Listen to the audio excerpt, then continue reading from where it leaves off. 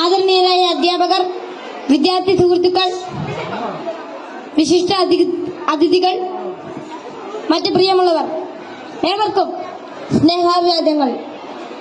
മാനവ ചരിത്രത്തിൽ ഇന്നുവരെ നേരിട്ടിട്ടുള്ള എല്ലാ ദുരന്തങ്ങളെക്കാളും ഭയാനകവും പ്രകൃതിശേഷിയേറിയതും നാശകരവും പ്രത്യാഘാതം ദീർഘകാലത്തേക്ക് നിലനിൽക്കുന്നതുമായ ഒരു മഹാവിപത്താണ് ലഹരിയുടെ ഉപയോഗം. ഓരോ കുട്ടിയുടെയും ജീവിതത്തിലേക്ക് ഹരമായും ഉന്മാദമായും ഉച്ചചങ്ങാതിയായും മൃദുവാസത്തോടെ പടികയറി വരുന്ന ലഹരി മരുന്ന് ഏതു വിധേനയായാലും ഒരു പ്രാവശ്യം ഉപയോഗിച്ചാൽ പിന്നെ അതിന്റെ തോഴനും പിന്നീട് സന്തത സഹചാരിയായും അധികം വൈകാതെ അടിമയുമാക്കി മാറ്റുന്ന മാന്ത്രിക ശക്തിയാണ് മയക്കുമരുന്നിനുള്ളത്. മയക്കുമരുന്നിന്റെ ഈ മാന്ത്രിക ശക്തിയെക്കുറിച്ച് പറയുമ്പോൾ കടൽക്കിടവിന്റെ കഥയാണ് എനിക്ക് ഓർമ്മ വരുന്നത്. കൂട്ടുകാരെ, നിങ്ങൾ കടൽക്കിടവിന്റെ കഥ കേട്ടിട്ടില്ലേ? വെയിലാറുന്ന സായാഹ്നങ്ങളിൽ കടൽ തീരത്തിന്റെ മണൽത്തട്ടിൽ നടക്കാനാവാതെ അവശനായി കിടക്കുന്ന വൃദ്ധനെ കാണാം. കരുത്തരായ യുവാക്കൾ ഒറ്റയ്ക്ക് ആരെങ്കിലും അടുത്തെത്തിയാൽ തന്നെ അല്പദൂരത്തേക്ക് മാറ്റിക്കിടത്താൻ ചെറുപുഞ്ചിരിയോടെ വിനയാജ്ഞരായി അപേക്ഷിക്കും. മനസ്സലിഞ്ഞ് സഹായിക്കാൻ തയ്യാറായാൽ എടുത്തു മാറ്റാൻ കിഴവൻ അനുവദിക്കുകയില്ല.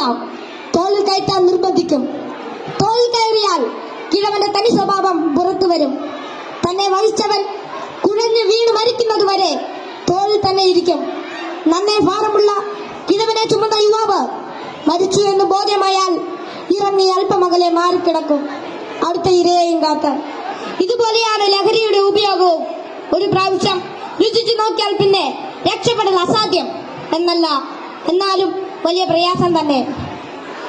മയക്കുമരുന്ന് ഉപയോഗിച്ചിറങ്ങാൻ പ്രേരകമാകുന്ന ഘടകങ്ങൾ പലർക്കും പലതാണെങ്കിലും പരിണിതഫലം എല്ലാവരിലും ഏതാണ്ട് ഒന്ന് തന്നെയാണെന്ന് പറയാം. ഉപയോഗിച്ച് തുടങ്ങുമ്പോഴുള്ള രസവും കൗതുകവുമെല്ലാം മാനസിക സംഘർഷങ്ങൾക്കും ശാരീരിക പ്രശ്നങ്ങൾക്കും വഴിമാറും. പിന്നീട് ഇതില്ലാതെ ജീവിക്കാൻ കഴിയില്ലെന്ന സ്ഥിതി വരുന്നു.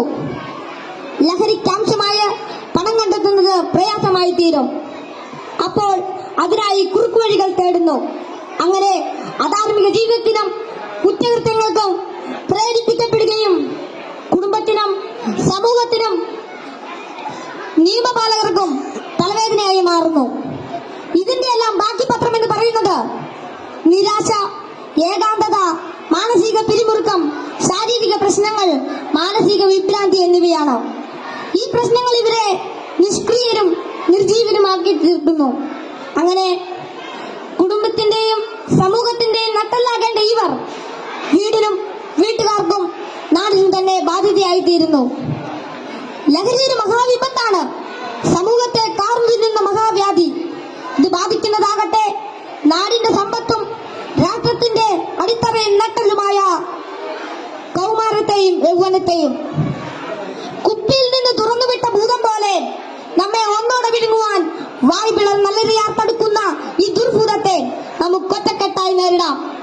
ലഹരി എന്ന മഹാവിപത്തിനെതിരെ സന്ധിയില്ലാ സമരത്തിനായി നമുക്ക് അണിചേരാം. മയക്കുമരുന്നിന്റെ ഉപയോഗത്തിനും വിതരണത്തിനും വ്യാപനത്തിനുമെതിരെ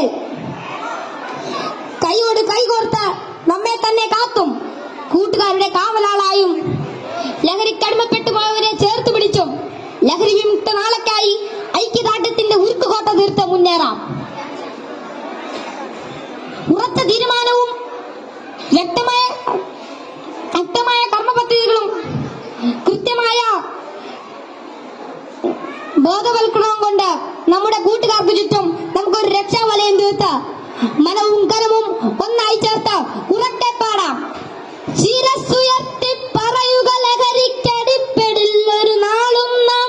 ശിരസ്സുയർത്തി പറയുക ലഹരിക്കടിപ്പെടില്ലൊരു നാളും നാം. വരം കണക്കെ കിട്ടിയ ജീവിതം എറിഞ്ഞുടയ്ക്കുകയില്ല നാം.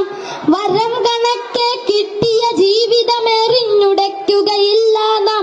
ശിരസ്സുയർത്തി ശിരസ്സുയർത്തി ശിരസ്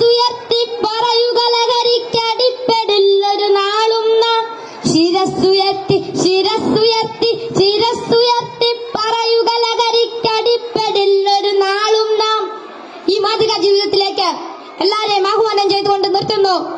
നന്ദി, നമസ്കാരം. Thank you all.